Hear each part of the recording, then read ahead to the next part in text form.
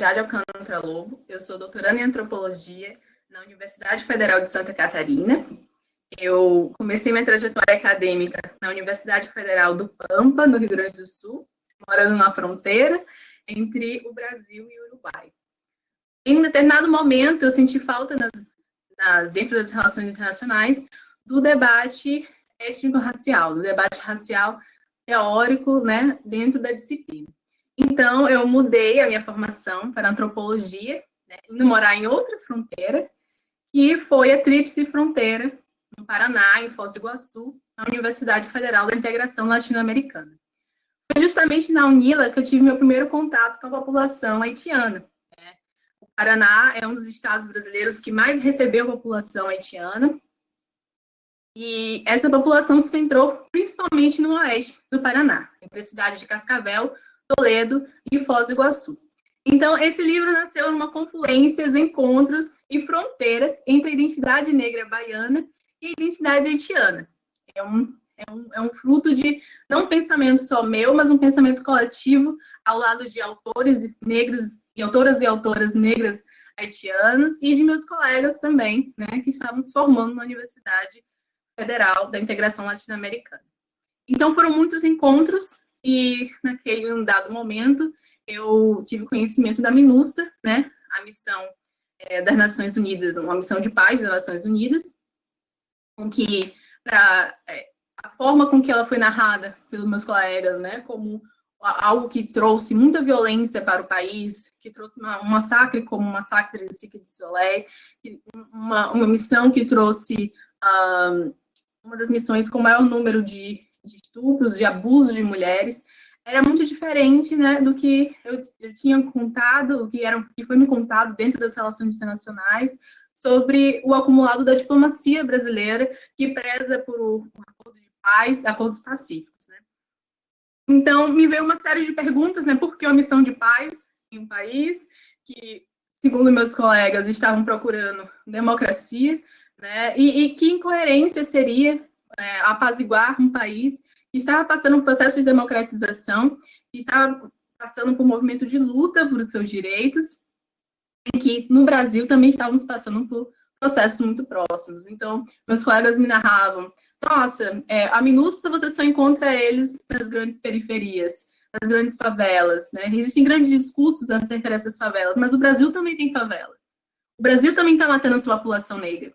E foi naquele momento que eu comecei a refletir sobre a questão racial, né, e o cis-heteropatriarcado e o patriarcado dentro das relações internacionais.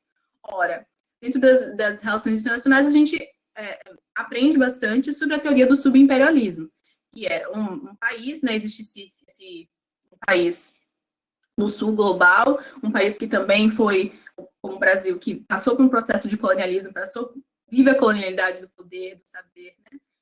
E que, em um determinado momento, arquiteta uma ação em outros países, né? Arquitetando uma certa hegemonia em outro país que, em uma forma, como é que eu posso dizer, linear, estaria mais oprimido, né, que ele, estaria passando por um processo de violência maior e uma desigualdade interna maior. Bom, e quando você perpassa a raça nessa linha do subimperialismo, a questão se tensiona, porque a gente lida com a colonialidade interna, né? Quem são essas pessoas que dirigem, que decidiram colocar a MINUSTAH no Haiti? Né? E quem são as pessoas que estão no poder no Haiti? Quem são as pessoas que estão no poder no Brasil? E quem são as pessoas que estão no poder no centro de decisão global, né? Que é o que eu chamo no livro, junto com outros autores, me inspirando em outros autores da Internacional Comunitária. E de lá a gente encontra a branquitude, né? A branquitude, ela está no poder no sistema internacional e dita o sistema internacional. Isso aconteceu mediante o processo de globalização, o colonialismo e depois a globalização. Você tem um conceito de raça assim, internacionalizando por todo o globo. E ele se torna um conceito que divide o sistema internacional. E divide de uma forma muito cruel, porque dentro de uma análise de classe, é comum que se fale de uma divisão internacional do trabalho, né, pelos países, analisando a questão de classe nos países. Mas se você quebra o país como a única da única visão, né? Tira ele do centro da única visão das relações internacionais. Você percebe as elites que comandam esse local, você vê raça também permeando esses aspectos de uma forma incontornável. O sistema internacional, ele é arquitetado também e permeado pelo processo do racismo e também do patriarcado. A grande maioria dos líderes são homens, e o impacto nisso é justamente em leis e políticas que afetam a vida das mulheres. E foi justamente isso que eu encontrei analisando as relações do Brasil e Haiti, tanto no Haiti quanto aqui. No Haiti, tem a MINUSTAH causou a morte, né, de pessoas negras no Haiti e impactou no processo de democratização no Haiti, sendo uma das missões que mais teve relatos de abusos que não foram resolvidos, né, porque a maioria desses abusos quem resolve são o próprio país, né? Se um soldado comete o crime, quem resolve essas questões são o próprio país, quem vai julgar o próprio país. Então, muitos desses casos não foram resolvidos, não foram analisados, não houve uma sentença. E, chegando aqui no Brasil, os meus colegas imigrantes, né? Eles passavam pelo processo de tornar-se negro. Então, no primeiro encontro com alguns dos haitianos e haitianas que chegavam pela primeira vez no Brasil, eles respondiam coisas como, não tem racismo no Brasil. Meus colegas pesquisadores brancos me falam, mas ele está me falando que não existe racismo no Brasil. E a minha pergunta era, mas o que significa racismo para ele, né, a partir do Haiti? Então, se você estudar a história do haitiana, você consegue perceber que racismo, de uma concepção haitiana, ela está ligada justamente às ações imperialistas, né, do norte global.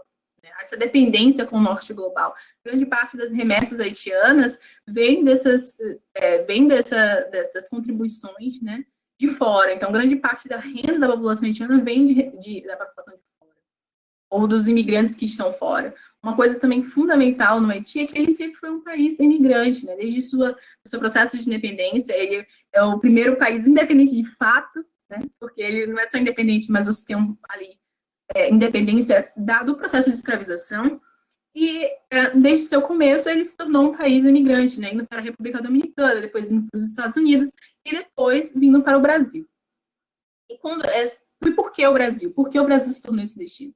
O Brasil se tornou esse destino justamente porque, na época do governo Lula, foi vendido para o mundo internacional uma imagem de um Brasil potência, né? Nós tivemos a Copa, nós tivemos a MINUSTAH, o Brasil estava elencado como uma das 5 maiores potências mundiais, e isso atraiu os olhares. Mas também isso foi arquitetado pelas grandes potências, pensando essas possíveis confluências entre a identidade haitiana e a identidade brasileira, né? Pensando o futebol, a própria identidade negra. Então, no Brasil, no Haiti, ele já tinha esse histórico de ser um país imigrante, né? E quando essa população chega aqui, em Foz do Iguaçu, ela está mais centrada nos estudos da UNILA, né? Na universidade, e tendo a grande maior parte sendo homens que estão estudando, e algumas meninas. E em Cascavel e Toledo, essa população está trabalhando em grandes agroindústrias, né? E nessas agroindústrias existem diversos relatos de trabalhos análogos ao processo de escravização.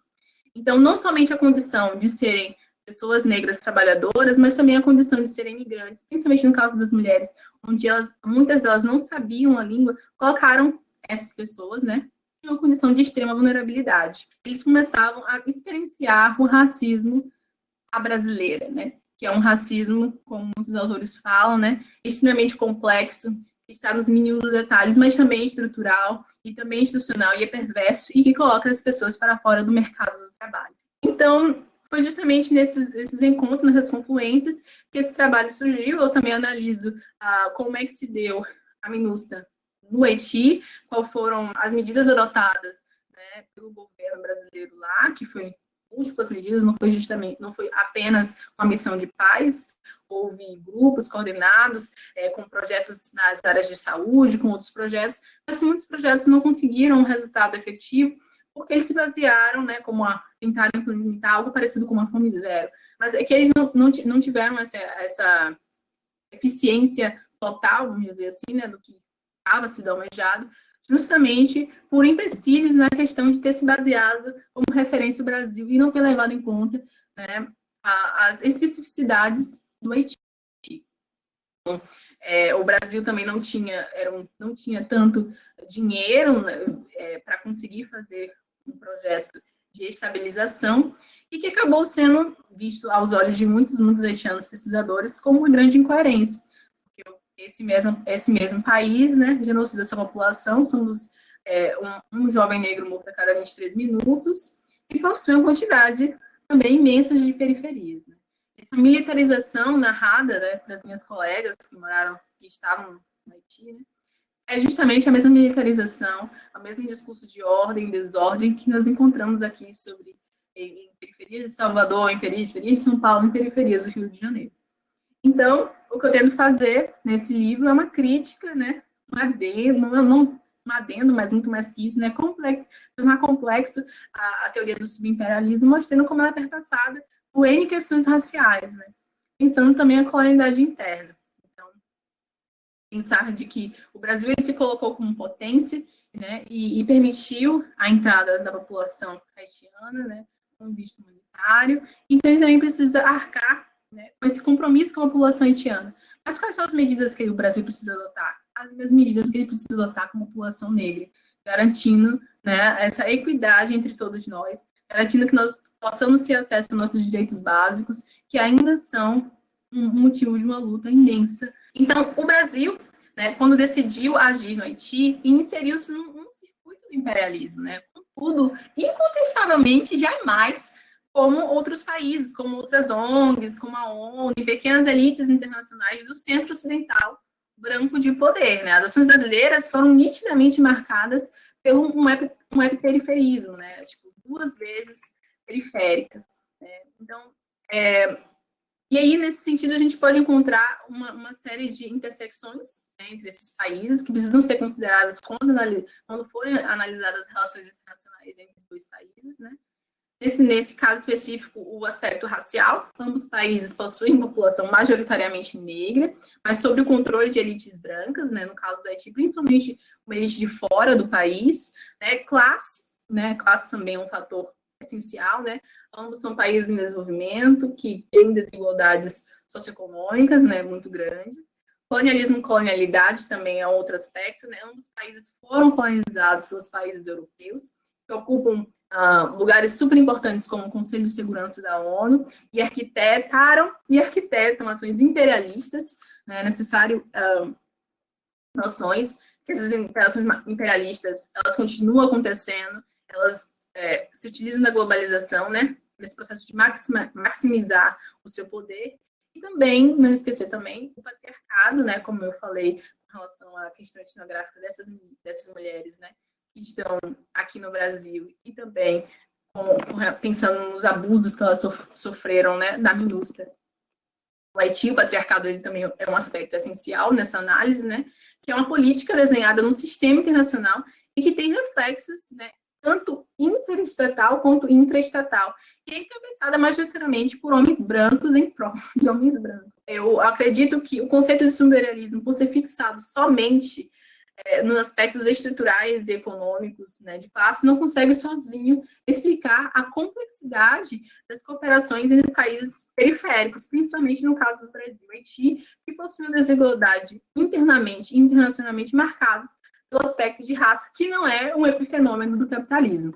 Ela é muito mais que isso. Então, obrigada a todos vocês, né, que estão me ouvindo.